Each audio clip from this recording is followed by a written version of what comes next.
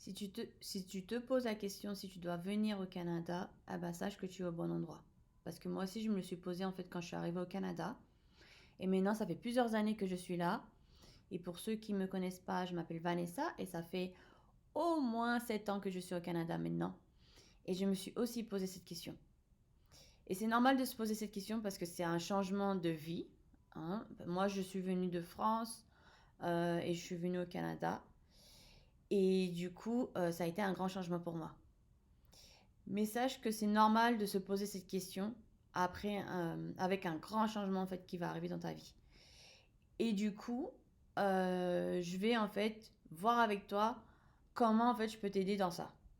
C'est-à-dire comment voir si tu as un objectif qui est fiable, parce que ton objectif doit être fiable pour cette étape. Et aussi si tu as la capacité en fait de dépasser les obstacles que tu auras au Canada. Je pense en fait que tu as fait plusieurs recherches, donc tu as plus ou moins une idée en fait des obstacles qui seront au Canada pour toi. Et donc c'est pour ça en fait que je fais cette vidéo pour partager avec vous. Et aussi en troisième point, il y aura un petit bonus en fait pour dont j'aimerais bien vous parler et partager avec vous. Donc restez jusqu'à la fin. Vous savez quoi, on va pas perdre de temps, on va commencer dès maintenant. Alors concernant l'objectif, ton objectif doit être vraiment précis sur le fait pourquoi tu viens au Canada. Tu dois pas venir en mode je viens au Canada pour avoir une meilleure vie. C'est trop vague. Est-ce que tu viens au Canada pour avoir un meilleur travail, pour avoir une meilleure vie pour ta famille, c'est-à-dire l'éducation, la santé, l'argent? Il faut que ça soit spécifique. En fait, je vous dis ça en fait, que votre objectif doit être spécifique parce qu'il y aura tellement d'obstacles que si en fait tu n'as pas d'objectif spécifique, bah tu vas te perdre. Tu vas te perdre dans l'immigration. Car si tu sais exactement pourquoi tu es venu, limite, mets sur un papier, pour ceux en fait qui viennent pour le travail, mettez sur un papier en fait combien vous voulez gagner, ce genre de choses.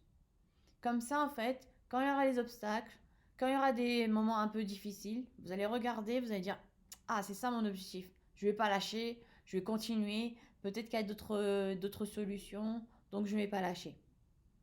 Moi en particulier, je suis venue en fait pour avoir une meilleure carrière. Et du coup, en fait, je me suis dit, j'allais faire une meilleure carrière en banque. Et bah, pour ceux qui ont regardé la vidéo précédente, bah, en fait, ça s'est pas vraiment fait en banque, ça s'est plutôt fait dans ma reconversion, dans tout ce qui est informatique. Mais j'avais aussi cette conviction, en fait, que je voulais, en fait, avoir une meilleure vie et surtout avoir un meilleur job. Le job n'était pas forcément dans la banque, mais en fait, la qualité de vie a été mieux en fait pour moi dans le job en fait dans l'informatique. C'était surtout en fait une sorte de qualité de vie en fait que je voulais, un salaire qui est quand même plus intéressant pour moi, mais c'était surtout la qualité de vie. Et c'est ce que j'ai eu en fait avec le job que j'ai eu en informatique. Donc c'est pour ça en fait que c'est important pour vous en fait de savoir. Parce que si vous ne savez pas, ce qui va se passer en fait, au premier obstacle, vous allez dire oh bah vas-y, moi je pars. Euh, Parce qu'en fait, vous savez même pas pourquoi vous êtes là. Et je pense en fait que c'est ce qui arrive malheureusement pour beaucoup de personnes. C'est en fait elles viennent, elles savent pas trop pourquoi en fait elles viennent, elles se font une idée en fait du Canada sans vraiment savoir en fait ce qui est le Canada, ce qui est normal parce que quand on n'est pas dans le pays, on peut pas vraiment savoir ce qui est. Mais elles viennent, elles viennent pas en fait avec un vrai objectif, quelque chose vraiment, tu sais, tu le sens en fait. T'es là en mode, je lâcherai rien parce que je sais qu'en fait, même si je quitte, j'aurai pas mieux. Voilà, c'est ça en fait. C'est cette vision-là qu'il faut avoir en fait. Et du coup, en fait, la deuxième chose, c'est surtout en fait au niveau des obstacles en fait qu'il y a au Canada. Il y en a tellement des obstacles, surtout avec l'immigration. Ça veut dire le froid. Alors là, le froid, pour ceux qui ne supportent pas le froid, le Canada, alors là, c'est vraiment chaud. Même pour ceux qui supportent, moi qui est du genre à supporter le froid, parce qu'en France il fait des fois froid, ah bah quand je suis venue au Canada, mais il y a eu des -20, mais ça a été mais horrible. Ça a été tellement horrible que mon visage se bloquait. Je pouvais même pas bouger mes joues, quoi. Tellement le froid, il me frappait. C'est vraiment frappé. Et du coup, mais c'était pas non plus un obstacle pour moi parce que moi j'avais quand même une vision. Je me suis dit, bon, il va faire froid, il fait froid, mais je vais essayer de tenir et de rester et voir ce qui va se passer après et voir et aussi j'avais quand même une conscience que voilà le temps allait changer à un moment quoi. Mais après c'est vrai que l'adaptation n'est pas facile, surtout pour ceux qui viennent de pays chauds où il fait tout le temps chaud. Le froid au Canada c'est sérieux. Même si là maintenant ça se calme un peu, mais il y a des années où c'est vraiment sérieux.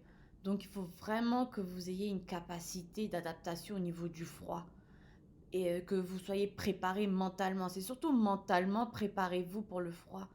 Parce que vous pouvez vous préparer avec les habits, vous pouvez mettre tout ce que vous voulez.